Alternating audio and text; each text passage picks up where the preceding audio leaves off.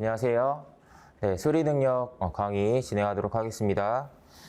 교재에서는 196페이지이고요. 파트는 가중평균이라고 쓰여 있는 이 부분입니다. 일단 필요한 설명 간단하게 하고 문제풀이 위주로 좀 설명을 할 계획인데요. 자, 우선 여러분들 자료 해석 우리 공부할 때 자료 해석 공부할 때 가중평균이라는 걸 다룬 적이 있어요. 그때 실제로 남학생, 여학생 이런 예를 들면서 남학생과 여학생의 수가 어떻게 되냐에 따라서 가중평균으로 구해지는 값이 어떻게 구해지는지 이 얘기를 여러 번 했었죠. 그렇기 때문에 이번에도 이 가중평균을 응용수리 문제에서 어떻게 활용하는지 다뤄보겠지만 가중평균의 원리나 또는 성질 이런 것들을 다시 설명하지는 않을게요. 너무나 중복되는 설명이기 때문에 필요한 부분만 문제를 풀면서 한번 설명을 드려보도록 하겠습니다. 네, 자 일단은 한번 보도록 할게요. 나와 있는 내용, 자 배웠던 내용이니까 여러분들 간단하게 복습한다라는 생각으로 그냥 눈으로 가볍게 보면서 넘어갑시다. 산술 평균이라는 건 우리가 흔히 알고 있는 평균이에요. 5개의 숫자가 있다면 그냥 그 5개를 다 더해서 5로 나눈 값을 말하는 거죠. 그런 걸 말하는 거고, 가중평균이라는 건 가중치가 다르게 적용되는 그런 거라고 할 수 있는데, 비슷한 예시를 전에도 한번 드렸지만, 예를 들면 여학생의 수학 점수 평균이 70점이고 남학생의 수학 점수 평균이 60점이라고 했을 때 단순하게 이 두 숫자의 산술 평균은, 두 수치의 산술 평균은 65가 되겠지만 이렇게 여학생과 남학생으로 구성된 어떤 하나의 반이나 클래스, 학교 이런 걸 생각했을 때 그 학교의 전체 평균을 구한다라고 하면 실질적으로 그 학교에 여학생이 몇 명이나 있냐, 남학생이 몇 명이나 있냐, 그게 정말 중요한 요소겠죠? 자, 그래서 그러한 요소, 그거를 이제 여기에서는 가중치라고 하는 건데, 그런 가중치를 반영해서 평균을 구하면 그걸 가중평균이라고 하는 거예요. 예를 들면 10점이니까 좀 이렇게 해봅시다. 이 학교의 학생이 전체가 몇 명인지는 구체적으로 몰라요. 전체가 몇 명인지는 구체적으로 모르지만 여학생과 남학생 수의 비율이 예를 들면 6대 4라고 해봅시다. 3대 2죠? 그렇다라고 하면, 자, 여러분들 지금 여기 나와 있는 게 뭐예요? 가중치의 비율이에요. 가중치의 비율이 나오면, 자, 가중평균 값이 얼마가 나오는지 했었죠? 자, 뭐였냐면, 이렇게, 직선을 그려서 설명을 하면, 남학생 평균 60이고 여학생 평균 70인데, 지금 이게 6대 4잖아요. 그러면, 이게 2개 더하면 10이죠, 여러분? 요 사이를 10칸으로 쪼갠다고 생각하시면 돼요. 10칸으로 쪼갠 다음에 그걸 6대 4로 나누는 점. 그러니까 한 요쯤이 되겠죠? 66점. 그래서 요 거리의 비율이 이렇게 6대 4가 되는 요 비율이 이렇게 동일하게 나오죠. 이 두 개가. 이렇게 나오는 요 지점이 바로 전체 평균인 거고, 이러한 평균, 가중치를 고려한 평균을 그냥 가중평균이라고 하는 거죠. 이해되시죠? 대체로 이런 형태로 많이 활용이 되는데, 지금 요 풀이 과정을 잘 보세요. 우리가 무엇을 알아서 무엇을 추론하는지. 자, 뭐냐면 가중치의 비율을 알고 있죠. 가중치의 비율이 나와 있으니까 우리가 뭘 알아낼 수 있는 거예요? 이 두 값을 가중평균했을 때 전체 평균이 이 사람 수의 비율에 맞춰서 뭔가 결정이 된다라는 거죠. 그래서 이런 걸 알 수 있고, 반대로 가봅시다. 반대로 사람 수의 비율을 몰랐어도 가중평균이 이렇게 결정된다라는 걸 알면 70점에 해당하는 애들 쪽으로 더 치우쳤죠? 얘네가 6에 해당하고 이쪽 남성이죠? 이쪽이 4에 해당한다. 이 가중치의 비율을 거꾸로 추론할 수도 있었죠? 결국에는 이 원리를 이용해서 푸는 그런 문제들을 이제 말하는 거고, 자, 그런 것들을 몇 개씩 한번 살펴보도록 하겠습니다. 일단 예제 11번 같은 경우는요, 여러분들 그냥 가중평균이라는 게 무엇인지 여러분들이 그냥 파악해 볼 수 있는 뭐 그런 문제인데, 잘 보세요. 중요한 건 뭐냐? 좀 전에 제가 설명을 드릴 때 남자의 수, 여자의 수 얘기했었고, 남자의 평균 점수, 여자의 평균 점수 이런 얘기를 했었죠. 그런 요소들을 가지고 비례식을 만들어서 풀었던 거예요. 자, 근데 이 문제는 뭔가 내용이 다르죠. 점수 내용이 아니잖아요. 그죠? 이렇게 내용이 달라지더라도 여러분들이 조금 전에 설명했던 가중평균이라는 걸 활용할 수 있는 문제다 라는 걸 눈치챌 수가 있어야 돼요. 자, 여기에서 여러분들 좀 비슷한 표현이 나와 있어요. 사실 대놓고. 평균 점수, 남자의 평균 점수랑 여자의 평균 점수, 그거랑, 자, 이 문제에 나와 있는 내용 중에 대응되는 게 뭘까요?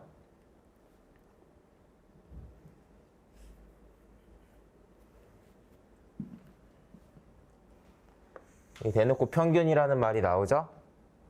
몇 명당 몇 명.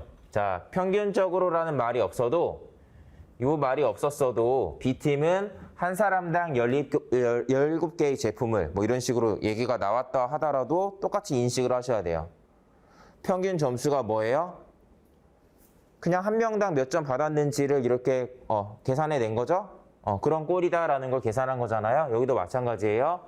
이런 말이 대놓고 나와 있지 않아도 이 표현만 봐도 얘가 그 점수에 대응되는 애다라는 거 눈치채야 되고, 사람 수에 대응하는 건 똑같겠죠? 여기 인원수에 대한 내용이 나오니까. 그래서 먼저 결론만 얘기를 하면 가중평균이라는 걸 알고 있다. 그리고 이 문제가 그 가중평균의 성질을 이용해서 풀 수 있는 문제다 라는 걸 눈치를 챘다면 뭐 이렇게 풀겠죠. 자, 여러분들 A팀의 평균이 7개예요. A팀의 평균이 7개고요. B팀의 평균이 17개입니다. 마치 평균 점수라고 생각해도 되는 거죠. 자, 그랬는데 전체적으로는 9개래요. 이게 C라고 할게요. 그냥 전체적으로는 9개라고 합니다. 자, 그러면 각각의 값과 가중평균이 어떻게 결정되는지가 나왔으니까 우리가 뭘 알 수 있어요? 가중치의 비율. 여기에서는 A팀과 B팀 인원수의 비율을 알 수 있는 거죠. 자, 요 사이의 거리가 2고 요 사이의 거리가 8이에요. 자, 그러면 2랑 8로 2대 8 또는 8대 2의 비율이 나오죠. 여기서 많이 실수하는 게 뭐예요? 2대 8이냐 8대 2냐 그냥 요거 놓치는 거예요. 실수한다 그러면. 근데 단순하게 보세요. 전체 평균이 지금 누가 봐도 얘가 아니라 이 7쪽에 많이 치우쳐져 있잖아요. 얘네 쪽이 많다는 뜻이에요. 무겁다는 뜻이죠. 시소 생각하면 돼요. 이거 그래서 어떤 문제집에서는 시소 같은 거 이렇게 그려가지고 설명해요. 균형이 맞으려면 여러분들 어렸을 때 그랬던 기억이 있는지 모르겠는데, 또는 놀이터에서 이제 아버지가 조그만 애기들이랑 놀아주는 걸 본 적이 있는지 모르겠는데, 어떻게 해요? 부모님은 이렇게 좀 앞쪽에 이렇게 앉아 있고 애기들이 이렇게 뒤에 가 있어야지 좀 균형이 맞고 좀 왔다 갔다 할 수 있게 되잖아요. 그런 것처럼 이 시소가 균형을 이루려면 무거운 애들은 좀 이렇게 가깝게, 가벼운 애들은 먼 쪽에 이렇게 서야 되거든요. 약간 그런 느낌으로 보셔도 돼요. 자, 어쨌든 자, 이렇게 나오니까 이 말은 얘가 더 많다는 뜻이죠. 그러니까 2대 8이냐 8대 2냐에서 이쪽이 8에 해당한다는 뜻이에요. 그러니까 이게 뭔가 시각적으로 봤을 때는 오른쪽에 나와 있는 애가 왼쪽에 나와 있는 이 값이 오른쪽에 이렇게 적용이 돼서 8대 2라고 이렇게 체크가 되거든요. 그래서 뭐 이렇게 크로스를 해서 푼다라는 얘기가 나오는 거예요. 항상 이렇게 반대로 넘어갑니다. 자, 어쨌든 이러니까 이게 4대 1이란 뜻이고, 자, 그러면 A팀이 여러분들 4쪽에 해당하는 인원이죠? 그러면 50명 중 50명을 4대 1로 나눈다고 생각하면 40명, 10명일 거예요. 그래서 얘가 답이 나오겠죠. 뭐 이런 식으로 푸는 건데, 일단은 뭐 요 예제 문제는 가중평균이라는 게 뭔지 그냥 보여주는 뭐 그런 문제였으니까 아래 나와 있는 해설 나중에 여러분들 참고하시면서 가중평균이라는 게 문제풀이에 이런 식으로 적용되는구나. 잘 참고하시면 되겠습니다. 그래서 오늘 일단 제가 설명드릴 것 중에 가중평균이라는 게 무엇인지 설명해 주는 문제가 11번이었고요. 12번부터는 한번 자세히 설명을 해보도록 하겠습니다. 어쨌든 지금 저희가 지금 진행하고 있는 이 강의가 기초 강의는 아니에요. 그래서 아주 쉬운 내용까지, 기본적인 내용까지 길게 설명할 수는 없어요, 여러분. 왜냐하면 그렇게 하기에는 시간이 많이 모자라니까. 그래서 제가 미리 가능하면 예습을 해오라고 말씀을 드렸었고, 예습을 했을 때 어려운 점이 있으면 저한테 질문을 미리미리 하라고 했었죠. 일단 그렇게 가는 건데, 혹시 여러분들 중에서 또는 뭐 동영상 강의 듣는 친구들 중에서 수리의 기본기가 많이 부족하다라고 느끼는 친구들, 강의를 이렇게 한두 시간 정도 들어봤을 때 예를 들면 뭐 멘붕이 왔다, 하나도 모르겠다라는 느낌이 드는 친구들은 사실 뒤에 내용을 듣는 것보다는 기본적인 내용을 먼저 정리하는 게 더 중요합니다. 여러분들도 마찬가지예요. 그런 분들은 제가 따로 시간을 내서라도 도와드릴 테니까 반드시 말씀을 해주셔야 돼요. 자, 할게요. 이제는 좀 더 원론적으로 한번 설명을 해볼게요. 자, 여러분들 수리 능력에서 이러한 응용 수리 문제, 그리고 뭐 방정식 문제죠. 이런 애들은 사실 NCS라는 시험 전체를 따져봤을 때는 출제 비중은 적은 편이에요. 그래서 저는 출제 비중에 비해서 학습할 내용이 많은, 풀어봐야 할 문제가 많은 이런 애들은 사실은 학습을 하는 그 시간을 고려했을 때 효율이 조금 떨어지는 애들이라고 저는 평가를 해요. 저는 이렇게 평가하지만 사실 뭐 현실은 어때요?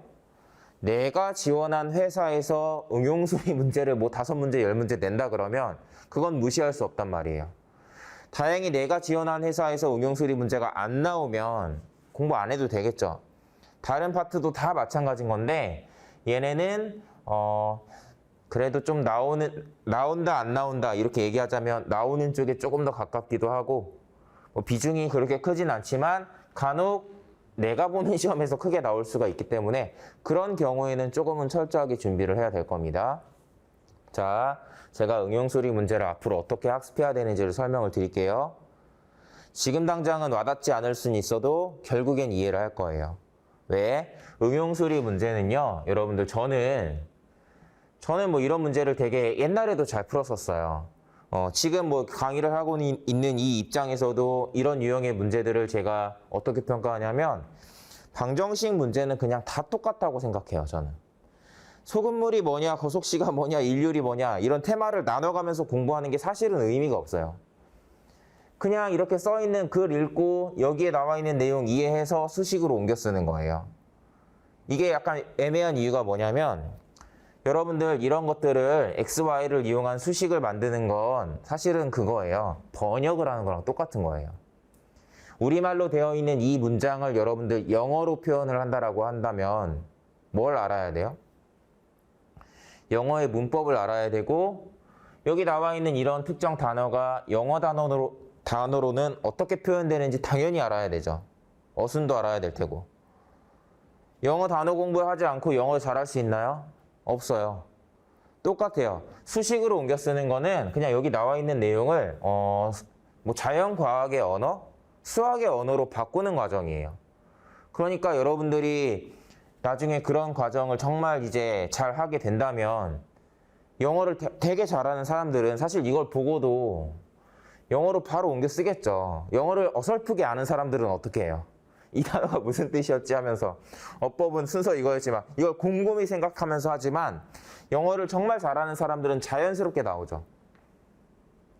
외국인과 대화를 할 때도 어설프게 아는 사람들은 무슨 말을 해야 되지? 무슨 단어를 얘기해야 되지? 문법적으로 어떻게 얘기해야 되지? 이걸 고민하지만 영어를 엄청 잘하는 사람들은 어때요? 그냥 자기 모국어 쓰듯이 자연스럽게 나오는 게 언어잖아요. 약간 그런 느낌이에요. 그래서 되게 강의하기가 되게 애매한 부분이 있어요. 하지만 여러분들이 필기시험에서 이런 문제를 잘 풀기 위해서 어떻게 학습하는 게 좋냐? 라고 하면 어떻게 하는지 설명을 드리겠습니다. 자, 결국엔 여러분들이 이런 문제를 풀 때 알아야 되는 게 뭔지를 순차적으로 설명해 볼게요. 일단 첫 번째는 당연히 이런 문제를 수식으로 옮겨 쓰는 거예요. 수식으로 옮겨 써서 푸는 방식인데, 자, 한 번 더 물어볼게요. 자주 얘기했던 건데 방정식이 뭐예요? 한마디로 얘기할 수 있나요? 방정식, 우리가 지금 풀고 있는 거 수식 만들어서 풀려고 하는 방정식이 뭐죠? 미지수를 포함하고 있는 등식이에요. 미지수라는 건 우리가 구해야 되는 이런 값들, 모르는 값들, x, y 문자로서 표현이 되는, 우리가 모르는 숫자니까 미지수라는 말이 들어가 있는 거죠. 자, 이런 개념이고, 등식이란 말이에요. 중요한 건. 등식이라는 건 뭐예요? 우리가 푸는 방정식은 등식이기 때문에 여러분들이 어떤 애랑 어떤 애가 같다라는 이런 수식을 만드는 거예요.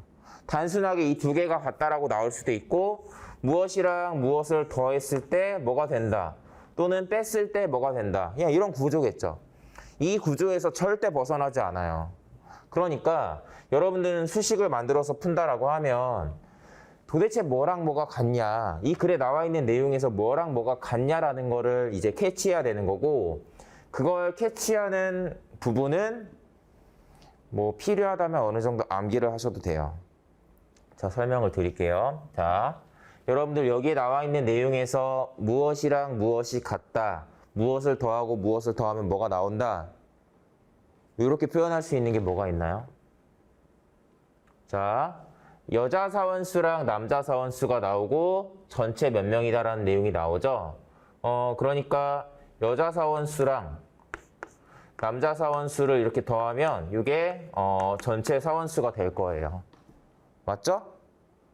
이런 가장 기본적인 형태의 등식이 만들어진다고요. 이것만 캐치할 수 있으면 문제풀이 다 끝나요. 자, 이걸 이제 표현하는 거예요. 수학의 언어로.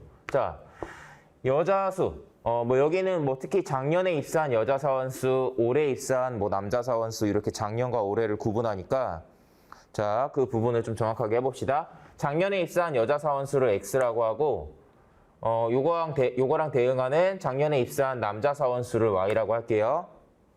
자, 그러면 작년에 입사한 여자 사원수랑 작년에 입사한 남자 사원수를 더하면 300명이다라는 내용이 나오고요.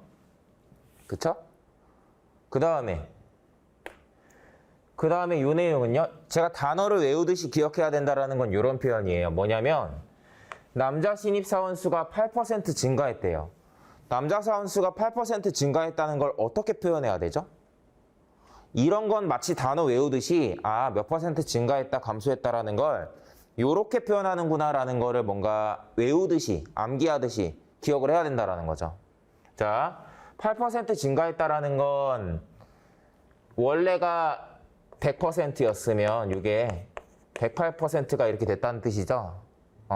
소수로는 1에서 1.08이 됐다는 뜻이에요.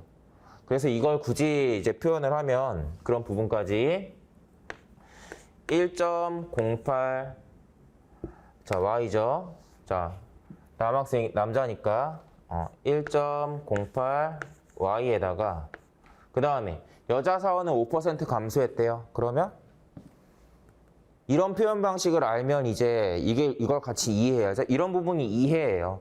자, 0.95x일 거예요. 자, 요게 11명 증가했다라고 했으니까 311명이죠. 이렇게 해서 이 두 문제, 이 두 수식을 가지고 연립해서 푸는 거는 그냥 산수의 영역이에요. 산수. 여러분들이 응용수리 문제를 어려워한다라고 했을 때 이 두 개를 정리를 못하겠다라고 하면은 정말로 기초부터 해야 돼요. 이 둘을 정리를 못한다라고 하면. 자, 근데 저는 이렇게 수식이 만들어지면 어떻게든 연립방정식을 해서 푸는 건 어렵지 않아요. 라고 하면 사실 이게 어려운 게 아니라 여러분들이 진정 어려워하는 건 그냥 이거였습니다. 사실은. 이런 걸 캐치해야 되는 거. 항상 이 부분에서 막히는 거니까 여기에서 여러분들이 어떤 내용을 보고 이런 수식을 만들어야 되는지를 늘 유념하세요. 자, 이렇게 하는 건데 우리가 이제 뭐 수식을 이렇게 세워서 풀면 여기다가 뭐 0.95를 곱해서 이렇게 소거하는 게 번거롭죠? 그러니까 이렇게 하지 않고 실전에서는 뭐 이렇게 하는 게 더 편하죠? 0.8% 증가하고 5% 감소했죠? 증가분이랑 감소분만 보는 거예요. 그러니까 여학생 0.05% 감소했어요. 이만큼 감소한 거겠죠? 남자 사원 8% 증가했으니까 0.008Y만큼 증가했을 거예요. 자, 이게 11명 증가했다라고 하면은 이렇게도 되겠죠? 사실 똑같아요. 똑같은 건데 그냥 처음부터 이렇게 생각했으면 양쪽에 100 곱하고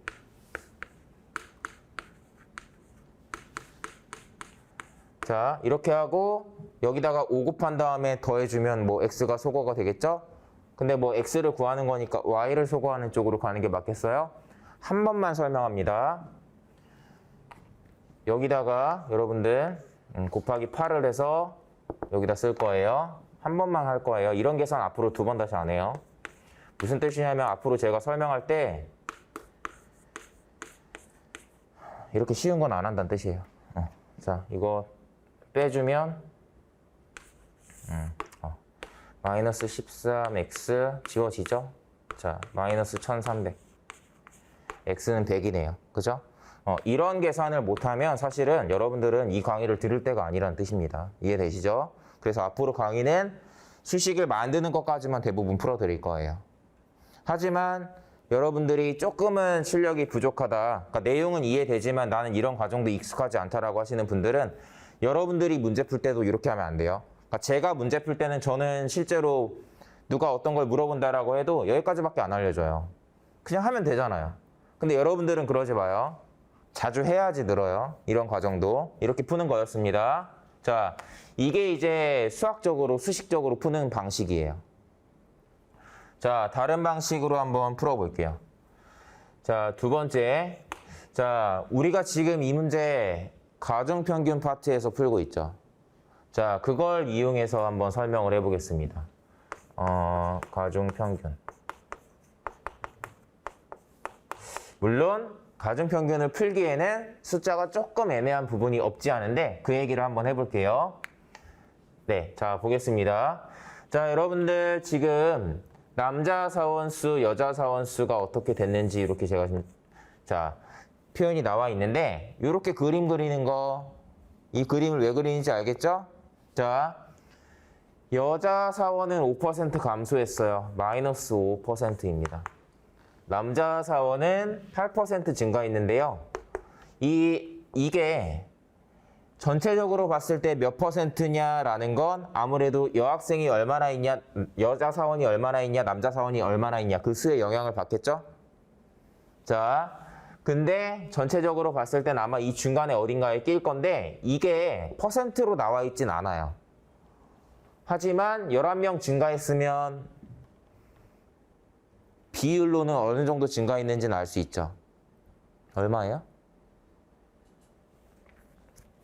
이걸 백분율로 표현한다라고 하면 이거예요. 11명 증가했고 300명 중에 11명 증가했고 이걸 백분율로 표현하면 곱하기 100을 하는 거니까 3분의 11%예요. 맞죠? 자, 여기를 제가 이렇게 써볼게요. 3분의 11%입니다. 여기가. 자, 물론 분수가 나오기 때문에 여러분들이 되게 꺼려질 거예요. 그건 알아요. 자, 여기 사이의 거리랑 여기 사이의 거리를 구하면 우리가 뭘 할 수 있어요?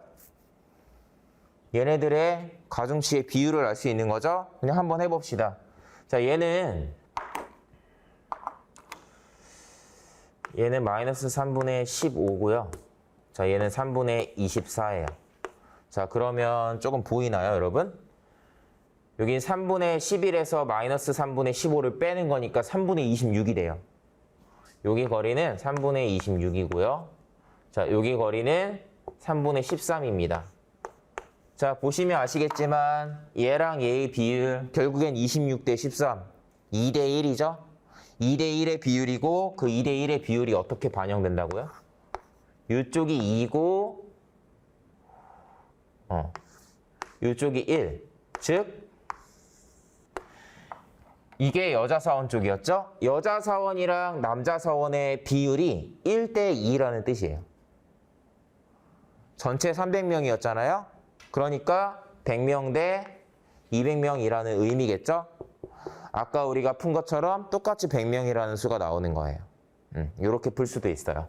자, 그런데 이렇게 풀 때 여러분들이 만약에 문제 풀 때 이런 걸 생각하면 돼요. 예를 들면 이 문제에서 이런 식으로 나올 수 있어요. 요게 자 예를 들어 볼게요. 312명이었다라고 하면 4% 증가한 거죠. 그러면 이게 분수가 아니라 숫자 4가 들어갔을 거예요. 조금 더 계산이 편하지 않았겠어요? 그쵸? 이게 만약에 이렇게 나왔으면 계산이 편했을 거예요. 아니면 대놓고 뭐 5% 증가했다. 이렇게 나와 있었어도 그냥 바로 여기다가 5 넣고 계산하면 되니까 편하게 계산할 수 있죠. 그러니까 여러분들이 이 문제를 풀 때 이 문제에 나오는 숫자들이 당연히 이거랑 완벽하게 동일한 숫자가 그 다음에도 또 나올 거라는 기대를 하는 게 아니잖아요. 비슷한 틀의 문제가 나올 거고 숫자는 다르게 나올 거예요. 그때 여러분들이 만약에 이렇게 깔끔하게 백분율이 딱 떨어지는 숫자가 나온다거나 이렇게 몇 %인지 백분율 값이 애초에 주어진다면 이걸 계산하는 과정이 아주 쉽겠죠? 근데 딱 떨어지지 않는 숫자가 나오면 물론 이렇게 똑같이 할 수 있지만 어차피 분수로 이렇게 바꿔가면서 통분하고 뭐 이렇게 계산을 해야 된다는 점. 귀찮을 수도 있어요. 그쵸? 그리고 잘 비교해봐요. 얘랑 써 있는 건 얘가 좀 더 수학적이죠. 뭔가 x, y 써 있으니까. 근데 뭐가 더 쉬울까? 제가 봤을 때는 그냥 별반 다르지 않아요. 물론 얘가 좀 더 간단해 보일 때가 있죠. 이 숫자가 간단하게 나오면 간단해 보일 수 있고 여러분들이 느끼기에도 좀 더 직관적으로 풀 수도 있지만 어차피 제가 봤을 때는 그냥 이렇게 연립방정식으로 푸나 이렇게 푸나 거기서 거기라고 느끼거든요. 그러니까 여러분들도 무조건 이렇게 푸는 게 답이다. 가중평균을 이용하는 게 정말 쉬운 방법이다. 라고 생각할 필요는 없어요. 정석으로 풀어도 됩니다. 어쨌든 이렇게 풀 수도 있고 그 다음으로 한번 볼게요. 자, 이 문제는 또 다른 방법으로도 풀 수 있어요. 세 번째. 여기에서는 조금 애매한 점이 있긴 있지만 설명을 해보겠습니다. 배수 판정법이나 대입법 같은 걸 이용하는 방법도 있어요. 제가 한번 설명을 해볼게요. 자, 여러분들 여학생이 5% 감소했거든요. 5% 감소했으면 이게 아마도 자연수겠죠. 5.5명 감소했다고 나올 리가 없겠죠. 사람인데. 근데 잘 봐봐요. 여러분들 예를 들면 여기 선택지 2번 같은 경우는 110명이었으면 5% 감소한다 그러면 마이너스 5.5명이 그러니까 5.5명이 감소를 한다라는 의미가 되는 거예요. 이 경우에는. 이렇게 나올 리가 없기 때문에 2번 같은 애들은 애초에 답이 될 수가 없는 거죠. 그럼 얘도 마찬가지 아닐까요? 자, 이해돼요? 필기시험에 나오는 이런 각각의 요소, 여자 사원, 남자 사원, 감소한 여자 사원, 증가한 남자 사원, 각각의 수들은 다 간단한 숫자. 여기서는 자연수죠. 자연수로 나와야만 하기 때문에 애초에 그런 값이 자연수로 나올 수 없는 애들은 그냥 답에서 배제해버리면 되는 거예요. 이해돼요? 자, 똑같이 가볼게요. 자, 다시 얘기하지만 선택지 2번이랑 4번은 여자 사원 5% 감소한다고 했을 때 자연수가 되지 않기 때문에 답이 되면 안 돼요. 자, 반면 얘네가 100명이면 남자 사원 200명이고 남자 사원 180명, 남자 사원 160명이죠. 자, 남자 사원은 여러분들 8% 증가한대요. 더 애매한 숫자가 나왔어요. 이 숫자 중에서 8% 증가했을 때 자연수로 나올 수 있는 애 있나요? 얘밖에 없죠? 이해돼요? 200명의 8%면 16명이고 160의 8%면 12.8인가요? 뭐 이런 식으로 나오니까 자연수가 안 되죠? 그러니까 이것만 봐도 그냥 얘가 답인 거예요. 이해돼요? 자, 이런 식으로 체크해도 답이 나온단 말이에요. 그래서 여러분들이 뭔가 이 필기시험에 나오는 각각의 요소들이 자연수나 간단한 숫자로 나온다라는 걸 알고 있으면 그렇게 나올 만한 애들이 답이 되어야 된다라는 걸 기억하고 계시면 되는 거죠. 자, 이거 다시 한번 설명해 볼게요. 조금 더 수학적으로 설명을 해보겠습니다. 자, 여자 사원 5% 감소했대요. 그러면 감소하고 나서의 여자 사원 수. 자, 요게 바로 뭐예요? 올해의 여자 사원 수예요. 자, 약분하면요. 20분의 19겠네요. 자, 요게 올해의 여자 사원 수입니다. 자, 여러분들 이 값이 자연수가 되어야 된다고요. 얘가 자연수여야 돼요. 자연수. 얘가 자연수가 되려면 x는 어떻게 돼야 되죠? 이게 자연수가 되려면 이 분모에 있는 값을 약분을 할 수 있어야겠죠.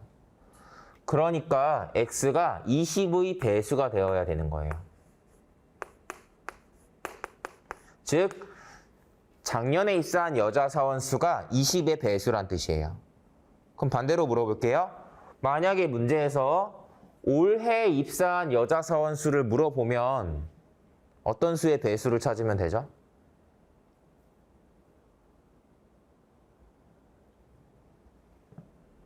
이게 올해라고 했잖아요.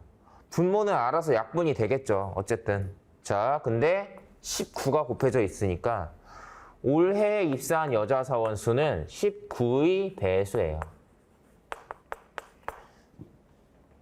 그렇겠죠? 그렇겠죠? 자, 간혹 이런 것들만 봤을 때 선택지가 많이 좁아지는 그런 경우가 있어요. 예를 들면 19의 배수는 조금 특이한 수니까 선택지에 19의 배수가 하나만 나와 있을 수도 있다고요. 그러면 그냥 걔가 답이에요. 20의 배수가 몇 개 안 나와 있을 수 있어요. 답이 될 수 있는 애들을 이렇게 추려볼 수 있겠죠? 자, 여기서 대입해서 푸는 것도 한번 알려줄게요. 자, 만약에 여러분들이 여기까지만 생각을 하고 남자 사원까지는 생각을 못했어요. 그래서 아까처럼 일단 20의 배수가 아닌 2번이랑 4번은 아니야. 1, 3, 5번 중에 답이 있는데 라는 생각이 들었죠. 자, 여러분들 만약에 이런 걸로 체크했을 때 선택지가 하나 남으면 걔가 답일 거고 2개 남으면 둘 중에 하나 대입하면 답이냐 아니냐가 판별이 되겠죠. 3개일 때도 대입하면 끝나요. 3개일 때는 가운데 거 대입하는 거예요. 무슨 말이냐면 x에 120을 대입해봐요. 그러면 남자 사원 수는 180명이 되겠죠? 5% 감소해요. 6명이 감소하는 거예요. 8% 증가해요. 물론 여기서 자연수가 안 나온다는 거에서 뭔가 애매한 걸 느낄 수도 있겠지만 그냥 해봅시다. 8% 증가하면 몇 명이죠?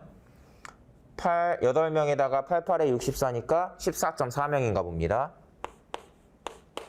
자, 여러분들 그러면 전체적으로 봤을 때 8.4명 증가네요. 그죠? 맞아요? 근데 원래 몇 명 증가죠?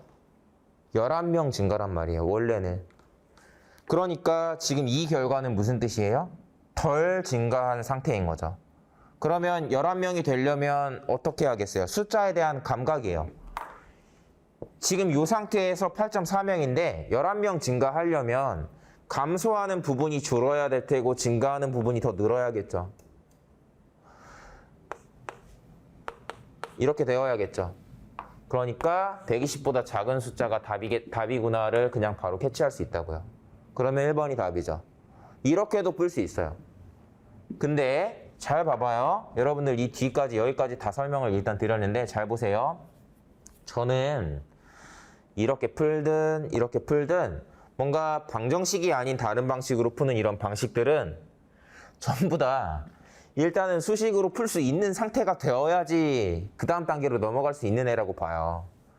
겉보기에는 얘네가 쉬워 보이지만 이걸 잘하려면 일단 기본적으로 정석대로 푸는 걸 알고 있어야 된다고요. 다르게 얘기하면 얘네들이 더 고차원적인 애들이에요. 왜? 숫자에 대한 감각 얘기했었죠? 또 이렇게 표현된다라는 걸 알고 있으니까 이렇게 적용하는 거죠.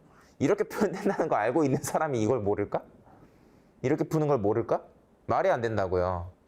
그러니까 여러분들이 간혹 뭐 어떤 유튜브 강의나 짧은 단타성 강의 같은 것들을 만약에 보게 된다면 많은 분들이 가중평균이나 이런 거 배수 판정법 알려주면서 응용수리 문제 10초 만에 풀 수 있다. 막 이런 식으로 얘기를 하는 경우가 있을 거예요.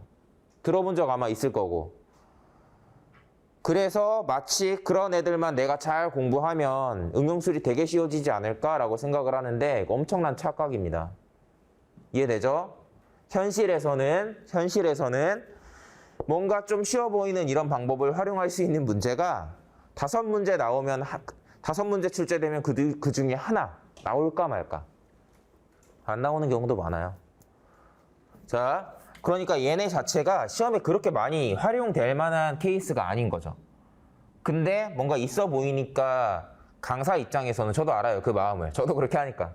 강사 입장에서는 짧은 시간 동안 뭔가를 보여주려면 이런 걸 설명할 수는 없어요. 이런 걸 보여주는 거지.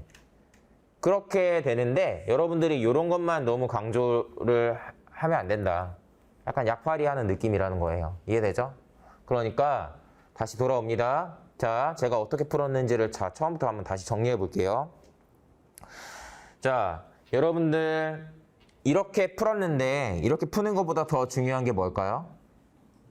어떤 방법을 이용해서 풀었든 여러분들이 이렇게 다양한 방법을 이용해서 어쨌든 답은 나와요.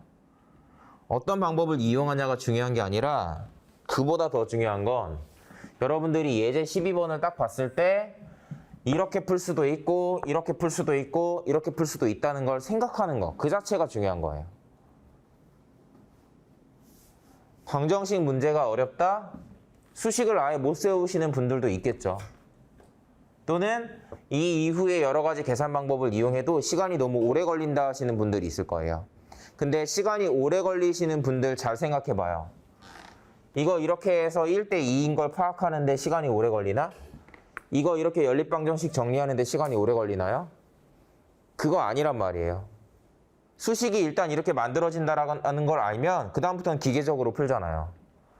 여러분들이 만약에 응용수리 문제 풀 때 시간이 오래 걸린다라고 하면 여기에서 이제 이 중에 어떤 계산 방법을 생각할 거냐라는 문제 읽고 어떤 방식을 선택할 거냐라고 하는 그 과정이 오래 걸리는 거예요.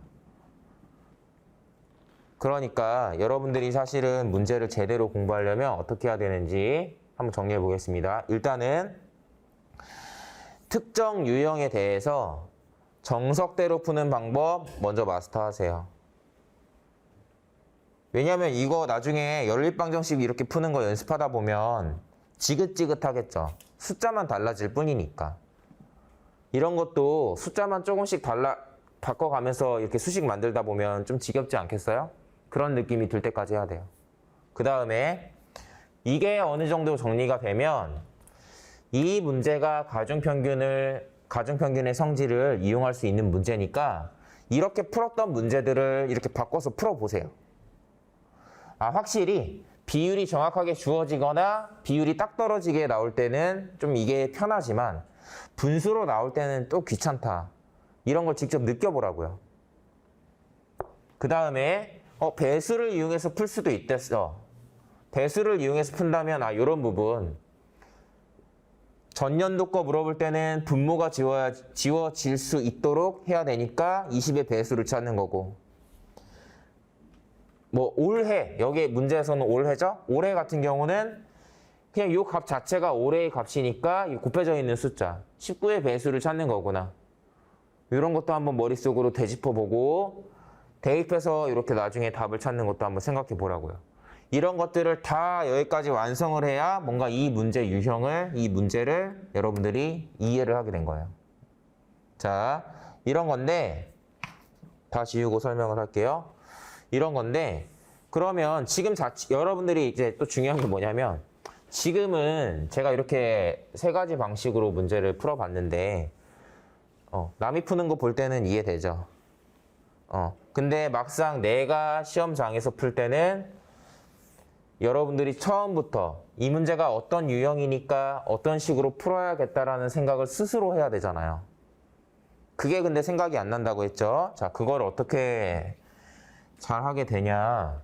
잘 기억하세요. 키워드를 항상 기억하는 거예요. 첫 번째. 키워드 또는 테마를 항상 잘 기억하고 있으세요. 자, 무슨 뜻이냐? 자, 여러분들 이거 문제 기억하고 있죠? 자, 요거. 자, 페이지 몇 장 넘겨서, 교재 페이지 몇 장 넘겨서 연습 문제로 가볼게요. 연습 문제 11번. 자, 산악회 얘기 나오고요. 몇 퍼센트 증가, 여성회원 몇 퍼센트 감소했다는 내용 나와요. 회사에서 산악회로 바뀌었을 뿐이지 요 연습 문제 11번에 나와 있는 내용. 사실상 숫자만 다를 뿐 똑같은 문제라는 게 보이죠? 이런 게 보여야 된다고요. 그래서 보자마자 이 유형 어떻게 푸는 거지? 그게 바로바로 나와야 되는 거죠. 자, 여러분들이 좀 전에 풀었던 예제랑 지금 이 앞에 띄워놓은 요 연습 문제 같은 유형의 문제다. 사실상 숫자만 다른 같은 유형의 문제다라는 걸 여러분들이 느꼈다면 도대체 뭘 보고 그 판단을 했어요? 이유가 있을 거 아니에요. 도대체 뭘 보고? 저 같은 경우는 약간 요런 표현. 요런 표현. 몇 퍼센트 증가했고 몇 퍼센트 뭐 감소했다. 요런 표현이 바로 밑에 있는 연습 문제 12번에도 똑같이 나와 있죠. 요런 표현이 약간 저는 키워드예요. 이런 표현을 보면은 그 생각을 딱 하는 거죠. 이해되죠? 자, 이렇게 하는 겁니다. 자, 이건데 그럼 여러분들이 이런 걸 어떻게 잘 풀 수 있게 되냐 알려줄게요. 연습 앞으로 어떻게 해야 되는지. 특히 수포자들 잘 봐요. 여러분들이 일단은 아까 설명한 그거 다 이해해 본 다음에 두 번째는 뭐냐면 아까 키워드 얘기했죠? 그거 잘 기억하고 두 번째는 여러분들이 문제를 직접 만드는 거예요. 문제를 직접 만들어 봐요. 대신에 내용과 숫자는 다르게. 문제도 만들고 선택지도 만들어 봐요. 무슨 말이냐? 여러분들이 요거랑 동일한 테마에, 그러니까 동일한 유형의 문제를 5개를 만든다라고 하면 어떻게 만들겠어요? 스토리를 좀 바꾸겠죠. 신입사원 얘기를 뭐 학생이라고 바꿀 수도 있고 아까처럼 무슨 동호회, 동아리 회원수라고 얘기할 수도 있고 뭐 이렇게 사람 수에 대한 내용을 바꾸겠죠. 또 몇 퍼센트 증가하고 감소했다. 둘 다 증가했다고 나올 때도 있을 거고 둘 다 감소했다고 볼 때도 있을 거고 증가하고 감소한 비율도 막 바꿔볼 수 있겠죠.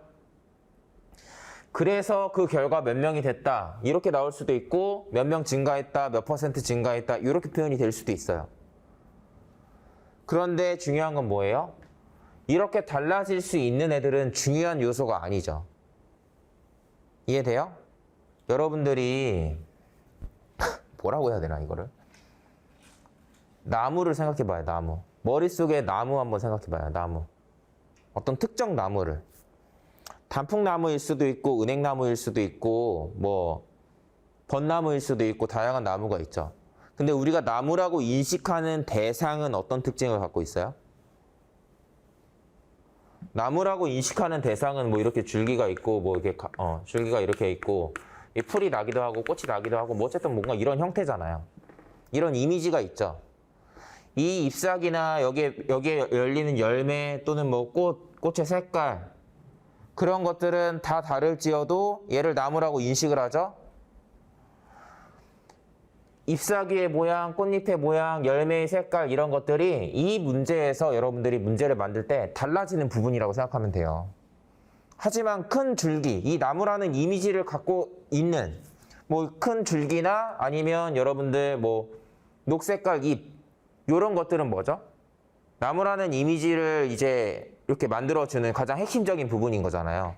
걔가 달라지진 않죠. 그러니까 여러분들이 이런 문제를 하나 가지고 문제를 막 스토리를 막 바꿔가면서 숫자를 막 바꿔가면서 문제를 5개 만든다고 생각해봐요. 이걸 잘 하려면 진짜 단순하게 바뀌는 숫자가 뭔지 그리고 사실 숫자랑은 달리 이 문제랑 같은 유형이라고 할 수 있게 해주는 그 핵심적인 구조가 뭔지를 구분할 수 있겠죠. 그 구조를 기억해야 되는 거예요. 구조를. 여러분들이 그래서 문제를 만들어 보면은 이 문제의 핵심적인 구조가 어느 부분인지를 이해할 수 있을 거예요. 여러분들이 나무를 5종류를 그리더라도 다르지 않게 표현하는 그런 이미지가 있을 거 아니에요. 그런 부분을 여러분들이 이해를 해야 돼요. 그래서 이런 걸 해봐야 나중에 문제를 봤을 때 이 나무 그림이잖아 이거. 어떻게 푸는 거야? 이렇게 바로 접근을 하는 거죠. 이해되죠? 여러분들이 동물을 생각해봐요. 코끼리 하면 제일 먼저 떠오르는 게 뭐예요? 긴 코잖아요. 그 특징적인 부분을 딱 보고 얘가 코끼리라는 걸 인식하는 거죠. 그런 것처럼 방정식 문제들도 유형마다 특징적인 부분이 있어요. 그걸 보고 바로 얘는 뭐야 라고 생각할 수 있을 정도로 문제 유형에 익숙해져야 됩니다. 그러니까 제 입장에서는 뭐냐면 저는 응용수리 문제를 딱 보면 진짜 한 3초 안에 어떤 유형이고 어떻게 풀어야 되는지가 바로 생각이 나요. 그래서 그냥 풀어요. 이렇게 풀 때는 방정식으로 풀어도 가정평균을 이용해서 풀어도 아무 상관이 없어요.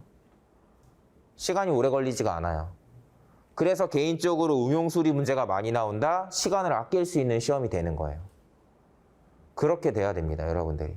응용수리 문제도 똑같이 2분, 3분, 4분 걸려서 푼다? 차라리 그거 풀 시간에 자료 해석 문제를 푸세요. 더 직관적이니까. 자, 그런 쪽으로 생각하시면 되고요. 뭐 여러 번 지금 막 강조를 하는데 어쨌든 이런 느낌으로 풀게 됩니다. 자, 시간이 많지 않으니까 연습 문제 12번 이것만 한번 같이 풀어보고 첫 번째 시간 마무리하겠습니다. 자, 일단 여러분들 가정평균을 이용해서 먼저 풀어보세요. 가정평균.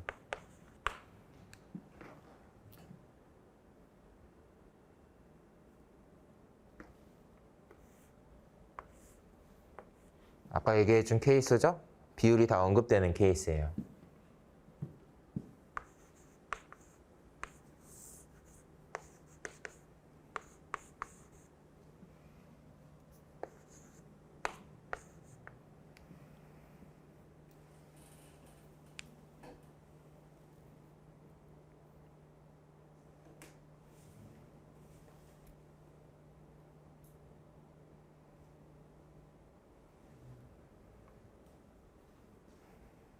자, 볼게요. 이게 사실 이거 바로 캐치했으면 제가 가중평균으로 풀어라 바로 캐치했으면 그냥 벌써 답이 이미 나오고도 남았죠. 자, 남자는 12% 감소하고 여자는 8% 증가했대요. 그러면 그때 전체적으로 봤을 땐 2% 증가라고 하면 여러분들 이 거리가 14대 6이네요. 그죠? 숫자가 항상 이렇게 반대로 간다 그랬어요. 그러니까 즉 남학생과 여학생의 비율이 6대 14였다. 즉, 어쨌든 요건데 6대 14였다 요거고 그 다음에 여러분들 이게 1500명이었으니까 1500명을 6대 14로 나눠야겠죠? 그때는 그냥 이렇게 하면 돼요. 2개 더하면 20이죠? 20분의 6에다가 1500명 이렇게 곱해주면 됩니다.